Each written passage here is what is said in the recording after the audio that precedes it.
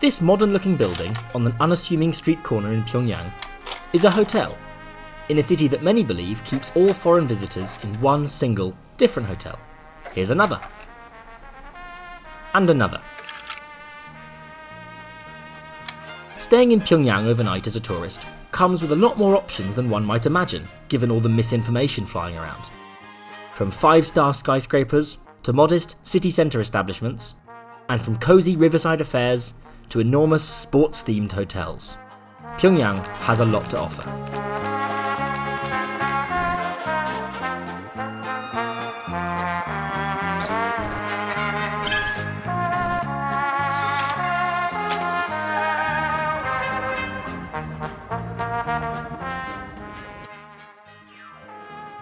This is Pyongyang, and these are the main hotels open to foreign tourists.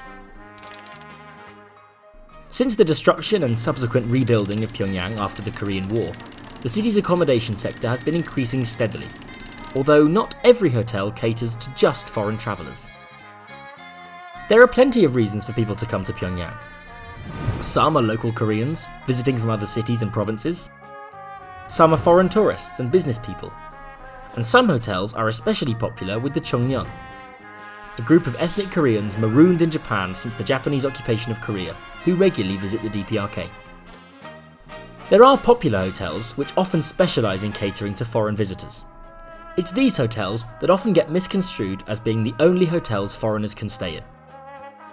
There are also hotels that cater more often to locals or foreigners on business, or even officials from foreign governments. This list won't even include all of them, just the top 10. The modern list of hotels in Pyongyang started in 1948. Since then, the number in the nation's capital has grown steadily, right up to the 1990s, with a notable spike in 1989. During the 13th World Festival of Youth and Students, held in Pyongyang in 1989, Pyongyang Sports Street, a street dedicated to sports halls and other complexes, was completed, along with the world's largest stadium, Onrung-do. Construction of Sports Street included 3 brand new hotels. But let's first take a look back in time to the opening of Pyongyang's oldest hotel.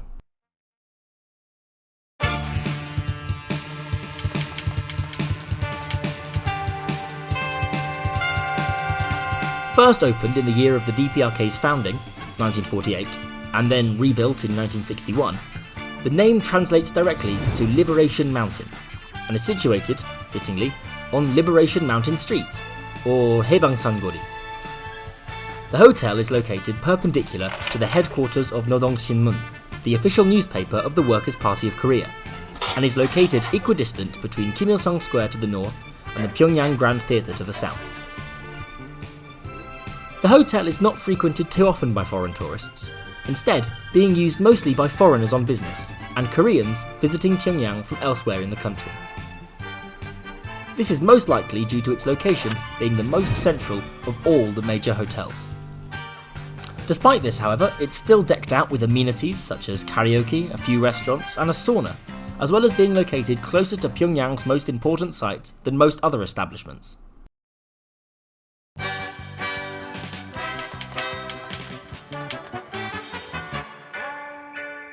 Opened in 1961, the Pyongyang Hotel caters to foreign business people and Korean diaspora from Japan, made easier, once again, by its incredibly central location.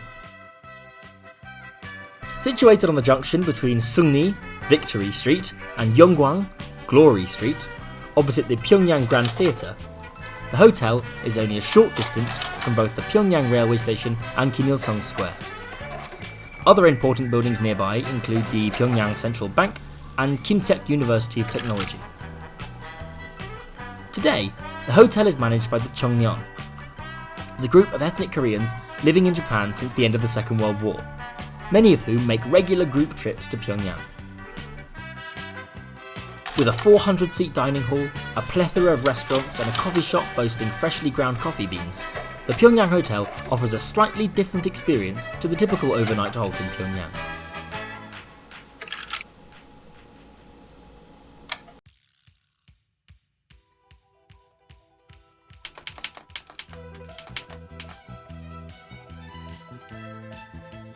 Pyongyang's first deluxe hotel, the Pothonggang, was opened in 1973, originally with a classic Soviet-style exterior, followed by a distinct pastel pink exterior, and recently renovated, now sporting a sleek, modern look, including a mural of Jongilbong, the mountain nearby the official birthplace of the General Kim Jong-il.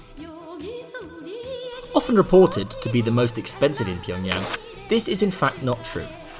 That honour goes to the much overlooked Moranbong Hotel. So overlooked in fact, we won't be covering it in this video. But there you go, that's the most expensive. Located on the banks of its namesake, the Pothong River, which flows through Pyongyang and into the much larger Taedong River, the hotel is situated outside the hustle and bustle of downtown Pyongyang, but still very much inside the city itself.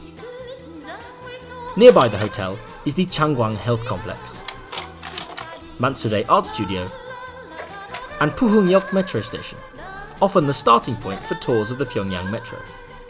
You can find out more about this in the video I made about the metro network. Given its small size compared to some of its counterparts, the Pothonggang has somewhat of a cosy atmosphere to it, although the dining room is designed extravagantly with white columns, vases of flowers, and a mural of the beautiful Kumgang region.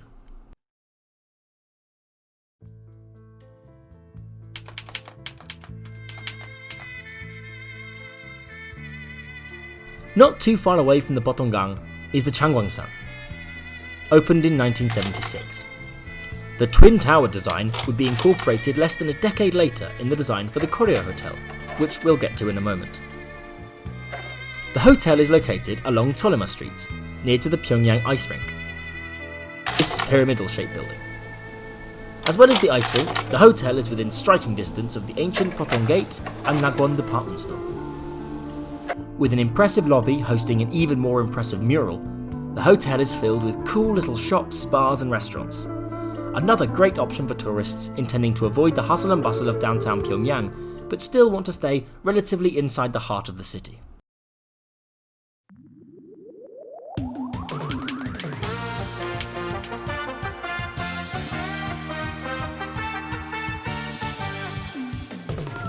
The first majorly popular hotel on our list was opened in 1985. The Pyongyang Koryo Hotel is one of the most distinctive buildings of Pyongyang's skyline. Two monolithic twin towers joined by a sky bridge and topped with two revolving restaurants. Its location in central Pyongyang means it's been a hotspot for tourists, visiting delegations, businessmen, and others visiting the DPRK's capital. Situated just down the road from Pyongyang railway station, the hotel is also in close proximity to the Koryo stamp shop and the Party Founding Museum. Although tourists don't usually stay here for the surrounding attractions, but more for the amenities. A leisure centre, supermarket, cinema, karaoke room, and so much more make the Koryo one of the most visited hotels in the DPRK.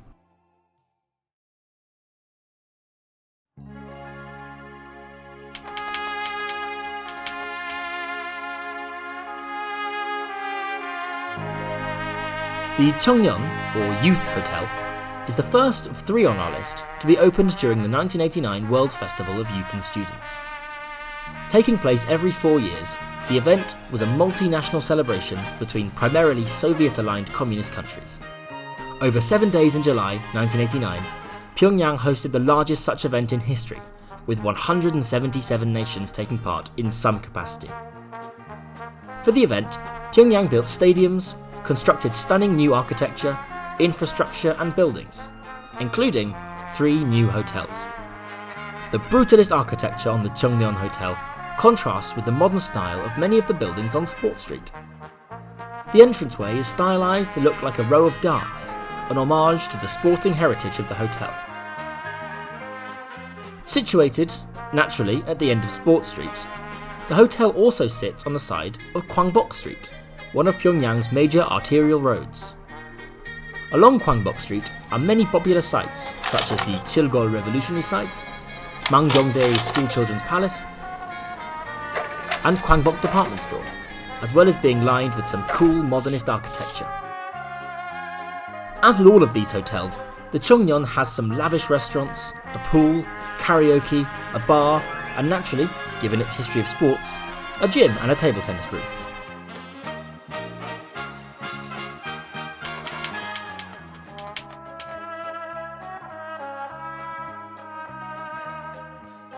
Overlooking the Taedong River at the opposite end of Sport Street is the Ryanggang Hotel, another example of brutalist architecture in the DPRK during the 1980s. What this hotel lacks in modern amenities, it more than makes up for with character, feeling almost like a maze, with passageways crisscrossing the building, opening up to restaurants, banquet halls and souvenir shops. The Ryanggang is located near the start of Sport Street and Mangyongdae, birthplace of the President Kim Il-sung. Other than that, it's relatively isolated from the rest of the city. Perfect for anyone looking to visit Pyongyang, but stay away from the hustle and bustle of the inner city at the end of a day on tour.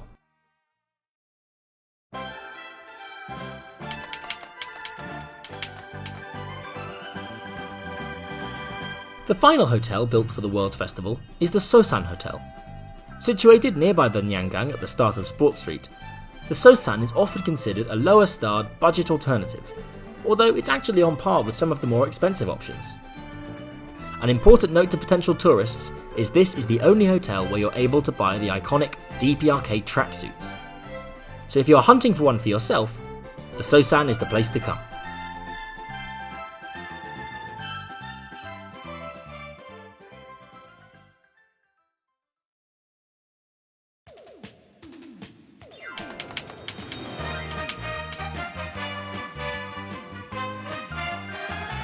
The Rakrang Hotel is the only major hotel on the southern side of the Taedong River.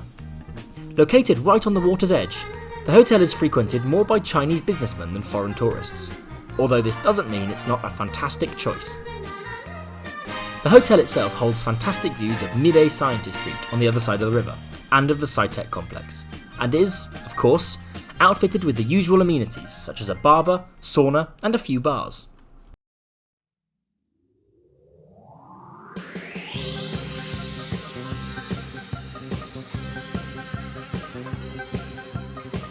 Finally, we reach the most famous hotel in Pyongyang, one of the most often accused of being the only hotel open to foreign tourists, the Yanggakdo International Hotel.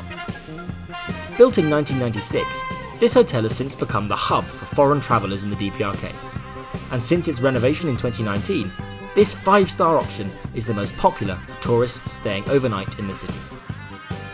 Set on the tip of Yanggak Island, the Yanggakdo has fantastic views over the rest of the city, especially from its revolving restaurant, where it's possible to see the Juche Tower, Kim Il-sung Square, Scientist Street, the Sci-Tech complex, and so much more.